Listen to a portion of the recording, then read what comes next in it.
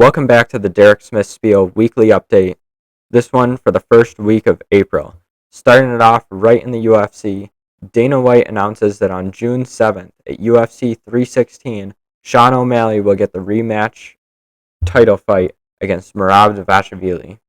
Last time Merab won very decisively. He had a unanimous decision. All three judges scored it 50-45. He won every round and dominated really every aspect. Sean O'Malley couldn't get comfortable on his feet, and Merab was able to take the fight wherever he wanted to. Sugar Sean's going to have some adjustments to make. It'll be interesting to see what he does, if he decides to keep it on the feet, if he worked on jiu-jitsu. I'd imagine he just worked shot defense, but Merab has been a tough nut to crack. On that same UFC card, at UFC 316, the co-main event will be women's bantamweight title fight, where Juliana Pena takes on Kayla Harrison. So those are back-to-back bangers. It's going to be an amazing fight card. Stay tuned for June 7th at UFC 316.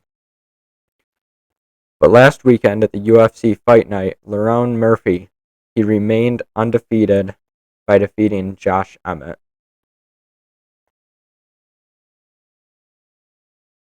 On to the MLB. First and foremost, let's talk about Aaron Judge. Aaron Judge has been on a heater. He's hit 4 home runs. He hit 4 home runs in his first 11 at-bats. And as of Friday, he had more RBIs with 14 than the Rockies had runs scored with 11. He also hit 321 home runs in his first 1,000 games. That ties him with Babe Ruth. That was shocking to me to see, because everyone knows that Aaron Judge is phenomenal. He's a great hitter, a great power hitter.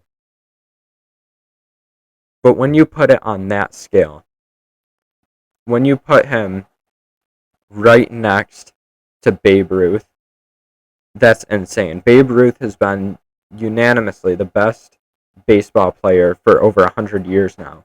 And to see that Aaron Judge in the live ball era is putting up the same numbers as Babe Ruth, it's just, at least home run wise, that's almost unthinkable.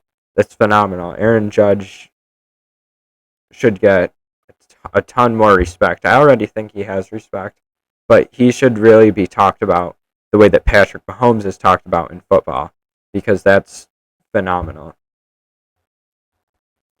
Now, keeping it on the Yankees have developed the torpedo bats. I mentioned it last week, but torpedo bats have been the talk in the MLB. It's just been the talk in the MLB. Everyone is throwing their 2 cents on it, saying their opinion.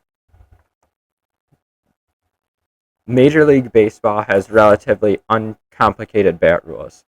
Stating under Rule 3.02, it says, the bat shall be a smooth, round stick, not more than 2.61 inches in diameter at the thickest part, and no more than 42 inches in length.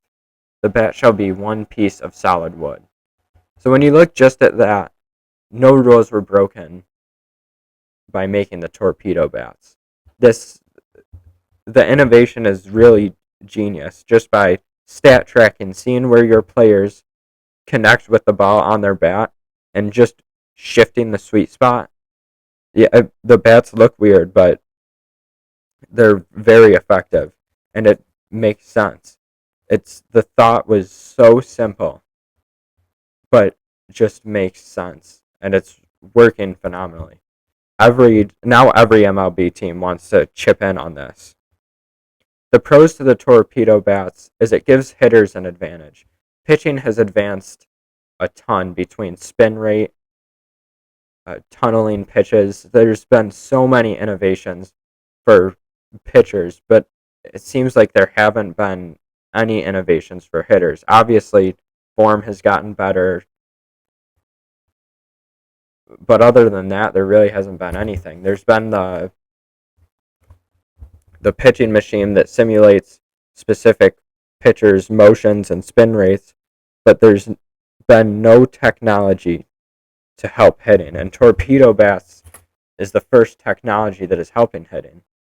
So that it's a great thing. It's great for the offensive side of baseball. Uh, and when you look at torpedo bats, what they can bring more barreled balls, higher exit velocity, more home runs, and all of that brings in more revenue for the MLB. People don't like watching defensive baseball games. Not everyone likes watching a masterclass pitching matchup. That's just not up everybody's alley, but everyone loves home runs. And if torpedo bats can bring the MLB more home runs without being illegal, the MLB is going to keep that. It's a business. Now the cons to this is it takes away from the people who have mastered barreling the ball with an actual bat. Aaron Judge is really one example. Aaron Judge, Babe Ruth, Tony Gwynn, any hitter before torpedo bats who were hitting home runs with a baseball bat, it's because they figured out how to hit the ball on the barrel of their bat. They weren't trying to move the barrel. Like, they weren't hitting the ball close to their hands. They just weren't. If there was a pitch inside, they were beating their hands to the ball and still getting the sweet spot on the bat. Sweet spot of the bat on the ball. No matter where the ball was pitched, the goal is to get the sweet spot of the bat on it. And people have mastered that. That's the whole art of hitting. That's the whole purpose of hitting. Working the count, having a good eye, good timing, but getting your barrel to the ball. If you can just move the barrel, it kind of takes away from the whole art of hitting. If you don't have to worry about jamming yourself, it's a totally different game. So I can see why that would be an aspect that people don't like. It's also rumored that Giancarlo Stanton's elbow injuries, his elbow issues last year, were from the torpedo bat, because Giancarlo Stanton, he didn't break it out in a game, but he was experimenting at BP against pitching machines. He was experimenting with the torpedo bats as far back as last year. And people are trying, there's no proof, they're just making these conspiracies that the torpedo bat is the reason that Stanton got his elbow injuries. Stanton is refusing to say that's what it was. And in all honesty, it doesn't really make sense that that's what it is. He's been in the MLB a long time, and when you're hitting 95 mile per hour fastballs for a living since you're 20, that I'm sure that does damage to your tendons and to your elbows, wrists. You can't blame all of that on the torpedo bat. But if there's any definitive proof that the torpedo bat causes injury, it would definitely make it lose popularity. Torpedo bats are bringing a whole bunch of controversy, and really what it comes down to is people are either mad because their team didn't come up with it, and they're mad because they hate the Yankees, and in their defense, I can see why people hate the Yankees. They've got all the money to spend, and they just win. Or they have won 27 World Series. Or they have an issue with the fact that it takes away from the art of hitting and mastering hitting with the sweet spot on a normal bat. So for the past 2 weeks, those have been the arguments on the torpedo bats. Moving on, but sticking with the Yankees have signed Max Fried to an 8-year, $182 million deal. This should do more than help them fill their rotation after Garrett Cole's injuries. The Yankees' rotation is now Carlos Rodon, Max Fried, Marcus Stroman, Will Warren, and Carlos Carrasco. So the Yankees have done a phenomenal job. They've been on fire to start the season. And in the past, we've seen the Yankees be on fire and then fall off in the playoffs, right before the playoffs. But the the fact is, there was a lot of talk in the offseason about if the Yankees could even bounce back to where they were, especially with all the injuries. And they've been doing a phenomenal job opening week. So right off the bat, no pun intended, the Yankees have been doing a great job. The Braves, on the other hand, it's awful and it's looking worse. Jerickson Profar got an 80-game ban without pay for testing positive with chronic gonadotropin. That is a hormone that helps produce testosterone. The MLB has it deemed as a performance-enhancing drug. This is the second time in his career that Profar has been suspended for a PED. This time he will be able to return for the regular season after 80 games, but will not be allowed to be on the field in the playoffs. In response to this situation, the Braves have acquired Stuart Fairchild to fill their roster in the meantime. But the Braves got this news fresh off a sweep in a 4-game series, and in the last 22 innings of that series, they did not score a single run. The Braves are banged up. Ronald Acuna Jr. still isn't back. Now Profar is suspended 80 games and won't even be back in the playoffs. And Atlanta is as good as the Yankees are doing the opening week. The Braves are having just the complete opposite. They've got no luck. It seems like everyone's cold. They haven't caught a break. It's been a rough opening week for the Braves. Watch for them to bounce back. Obviously, they can't continue at this terrible of a rate. They will bounce back. But keep an eye on the Braves throughout the season. It will be interesting to see how they handle all of this unplanned adversity. The Boston Red Sox, they gave Garrett Crochet a $170 million extension over 6 years. This will keep Garrett in Boston at least until he is 31. Then he has an opt-out option. Another large contract came to Jackson Merrill. He made a deal to stay in San Diego for 9 years, making $135 million. He also gets a hotel suite on road trips, which is probably that's such a sweet deal for Jackson Merrill. I know, like, I'm looking right over the $135 million that I would gladly take, but you get a hotel suite on all of the road trips. That's awesome. He's living in luxury without even having to pay for it, and he gets $135 million. All of this, and he's 22 years old, and in the second year, only in his second year in the MLB. It's no secret that he's going to be a star, though. He already proved that he's going to be a force to reckon with them in the MLB, and he earned this contract. So congrats to Jackson Merrill. $135 million and a hotel suite on road trips. The Diamondbacks extended Ketel Marte to a 6-year, $116.5 million contract. Marte finished third in MVP voting last year, hitting .292 with 36 home runs and 95 RBIs. All of this on top of Juan Soto and Shohei Ohtani's deal. The MLB average salary has broke $5 million, and that's a new record.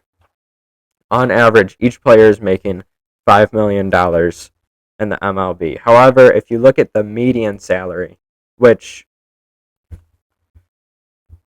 okay, so a mini statistics lesson here. If you're finding the average, adding up all the numbers and then dividing by, so in this case, it would be adding up all the salaries and then dividing by the total number of players in the MLB. When you're finding the average, like I just explained, but all the numbers are skewed, that means that the average is not completely accurate, because a billion-dollar contract like Juan Soto or Shohei Ohtani, that will pull the average up significantly. But if you find the median, which is you list all the salaries from least to most, and then you start crossing out one at each extreme end, you'll find the exact number in the middle, hence why it's called the median. When you're looking at skewed data where there's outliers, the median is more accurate. Now, the median salary dropped from 1.5 to 1.35 million. So the bottom line is the average MLB player is still making over $1 million. But there's so many large contracts, and it really speaks to how large those contracts are, that it raised the average salary to 5 million, which is just absurd. Every sport across the board is getting more money to spend. Wrapping it up in the NFL, let's talk about the NFL rule changes that were made on Tuesday. First, in overtime, the quarter is now a quarter. It's 10 minutes long, and both teams must possess the ball at least once, not only in the playoffs but in the regular season as well. So now in overtime, there's a 10-minute quarter, and each team gets a chance to score, no matter if there was a touchdown or a field goal, a touchdown 2-point conversion. It doesn't matter. Each team gets to possess the ball. I don't mind that rule. Again, my only issue is the ties. That any game can end in a tie is just disgusting to me. So if this lowers the rates of ties, I'm all for it. My only thing with this one is that this became a huge topic when. So this will be my little bit of bias here, living in Buffalo, New York. This topic became highly debated when the Bills lost to the Chiefs. It was either the second or third time in the AFC championship. And the Bills fans' whole argument was that this game was so good that, and the offenses were so unstoppable that whoever won the coin toss would win the game, and that it wasn't fair that the Chiefs had a chance to score in overtime and the Bills didn't. And I heard all about that until the Super Bowl was over and the next season started. That was just the big talk in Buffalo. Oh, the Bills should have got a chance to score in overtime. That's been the rule for the 60 years that the NFL has been around. Everyone knows that if it goes to overtime and you win the coin toss and you elect to receive and you score a touchdown, the game's over. Everyone in the world knew that, and everyone in the world has known that for 60 years. So why are you complaining trying to change the rules now? Like, just because it was a great game and your defense couldn't stop the offense. Like, oh, if we won the coin toss, we would have won. Yeah, probably. That's how it goes. And in a game like that where your defense just can't stop them, like, that's been known for 60 years. Now you're going to complain and try to change the rules because you can't win with the rules that have been set for 60 years? Like, I am glad this rule change was made, but the whole reason it came about is a little frustrating. Rules are set for a reason, and obviously you can change the rules for a reason, but to complain about something that has been known for so long, everyone knows the situation, and now that you're on the bad end of that situation, you're going to change the rule. It's no different than the Lions wanting. As a Lions fan, it's no different than the Lions not wanting a holding penalty on defense to be a first down. You know the consequences. Don't complain about it because you're the worst at the NFL at it. So there's my first rant. I'm sure I'll go on another one because there were a couple rule changes that reminded me of the Bills a little bit. Replay assisted time. That is extended. I like this rule. I think the officials should get excuse me. I think the officials should get more time to review plays. There really shouldn't. I get why there is a time limit on it, just because you don't want fans bouncing back between the game and commercials for 20 minutes. But when there's a challenge on the field, officials should have as much time as they feel needed to make sure they have the right call. So I'm all for more time and replay assist. Oh, here's the second Bills one. First downs are now decided by camera-based technology, similar to tennis. But don't worry, the chain gang is not leaving. The chain gang's still on the field moving the chains. However, when it comes to measurements for first downs, it will now be done technologically. This is another complaint I have that I've been hearing since the Bills lost to the Chiefs in the AFC Championship the fourth time in a row. Everyone's saying, oh, the QB sneak that Josh Allen had should have been a first down, and then the Chiefs never would have had a chance to win the game. When you tush push, I can't remember how many times they tush pushed, but I know it was an absurd amount, and they failed at it every time that game because they went the same direction every single time.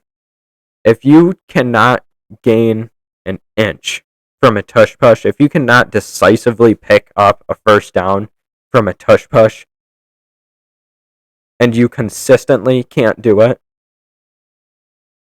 why are you complaining? Like, you have an inch to get the first down. It was 4th and 1, 4th and inches, and you can't just lunge forward for a yard. It's that close that you have to pull out the chains and challenge everything. Like, oh, it's just ridiculous. The Bills fans in Buffalo, they're torturing me. They're torturing me. But they won twice. Overtime rules changed, and now the first down is ruled by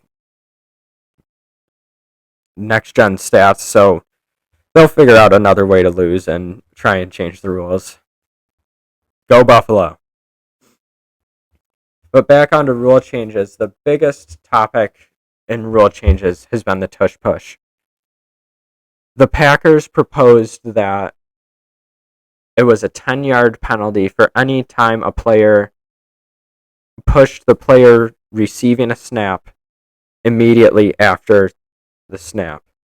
So basically what they were proposing is that if a quarterback snaps the ball and gets it, the running back cannot immediately shove them forward, which would get rid of the tush push. That's the whole reason they proposed this penalty.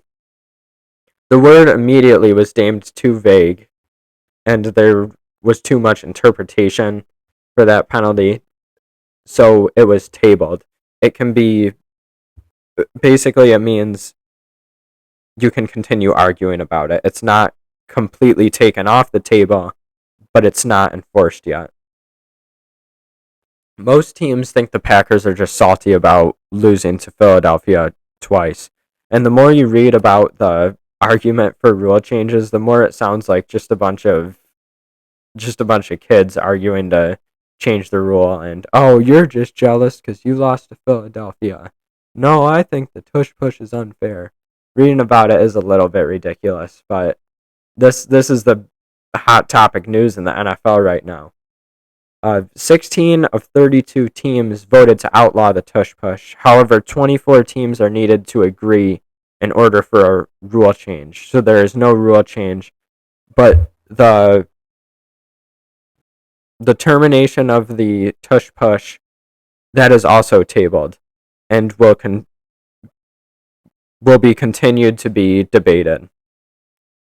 The argument against the tush push is the injury risk and the pace of the play, as well as it's nearly impossible to stop. That's probably the biggest one, just that it's so difficult to stop unless it's the Buffalo Bills running it.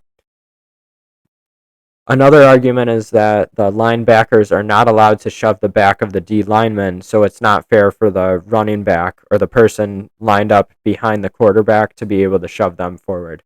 That one I also get. The argument to keep the tush push is that if your offense made it that close to where it's 3rd and inches, 4th and inches, 1st and goal from the 1. And they earned that position. They earned all those yards to get that close. So if they want to pick that up however they want, they should be able to tush push. They gained the yards so that all they need is a couple inches, so why not let them just shove it forward? That it's taking away the success of the offense if you don't allow them to tush push and get a first down. They set themselves up for that play. You can't tush push on 4th and 10. You can't, and you shouldn't. The tush push is designed to get maybe a yard. It's designed for that 4th and 1 situation that the offense set itself up for. So taking away the tush pushes takes away from the success of the offense, which is usually the complete opposite of what the NFL wants, because it's a business and offense sells tickets.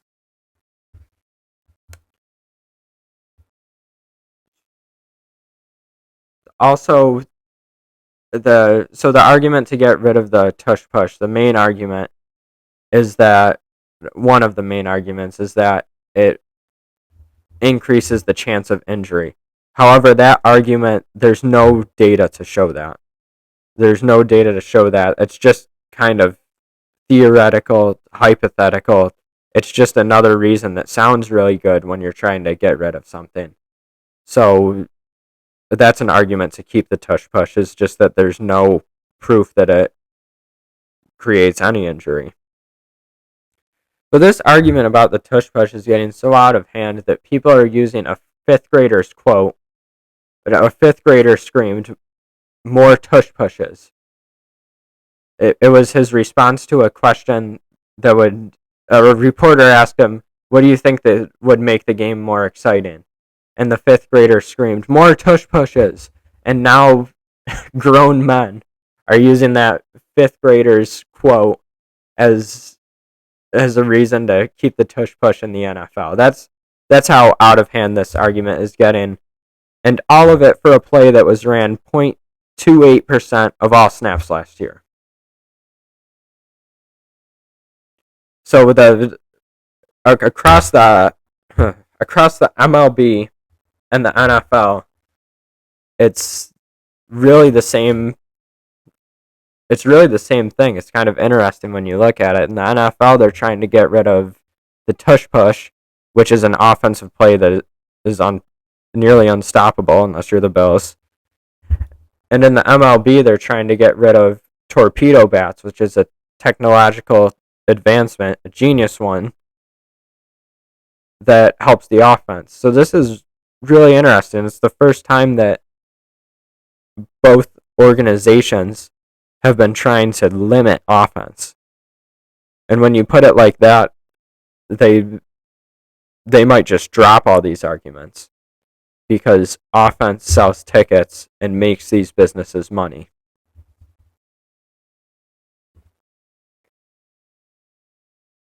And with that wraps up the weekly update of April 1st through April 7th. The first week of April. That's a wrap. Thanks for listening. This episode was brought to you by yours truly, Derek Smith, with help from the voice memos and Spotify Podcasters app. For more content like this, you can continue listening to the Derek Smith Spiel on Spotify, or you can listen on my YouTube channel at Derek Smith Stock 13. There you'll find my podcast and sports betting videos on top of that. If you're a fan of my sports betting videos, you can also see highlights of those on my TikTok account.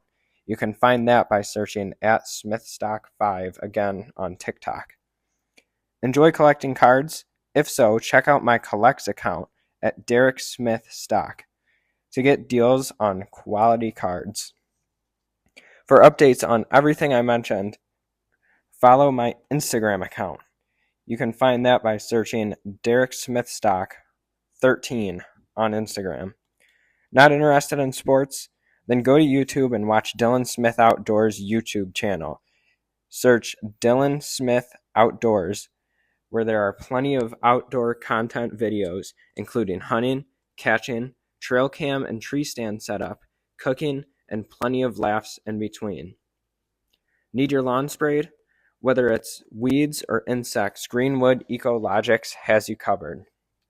If you need help making your lawn greener than your neighbors, call Greenwood Ecologics at 585-739-1610. I repeat, 585-739-1610. Finally, thank you for listening to this production of the Derek Smith Spiel. Every view or listener is appreciated. I'll catch you later. This episode was brought to you by yours truly, Derek Smith, with help from the voice memos and Spotify Podcasters app. For more content like this, you can continue listening to the Derek Smith Spiel on Spotify, or you can listen on my YouTube channel at Derek Smith Stock 13. There you'll find my podcast and sports betting videos on top of that. If you're a fan of my sports betting videos, you can also see highlights of those on my TikTok account. You can find that by searching at SmithStock5 again on TikTok. Enjoy collecting cards? If so, check out my Collects account at Derek Smith Stock to get deals on quality cards. For updates on everything I mentioned, follow my Instagram account. You can find that by searching Derek Smith Stock 13 on Instagram. Not interested in sports? Then go to YouTube and watch Dylan Smith Outdoors YouTube channel. Search Dylan Smith Outdoors, where there are plenty of outdoor content videos, including hunting, catching, trail cam and tree stand setup, cooking, and plenty of laughs in between. Need your lawn sprayed? Whether it's weeds or insects, Greenwood Ecologics has you covered. If you need help making your lawn greener than your neighbors, call Greenwood Ecologics at 585-739-1610. I repeat, 585-739-1610. Finally, thank you for listening to this production of the Derek Smith Spiel. Every view or listener is appreciated. I'll catch you later.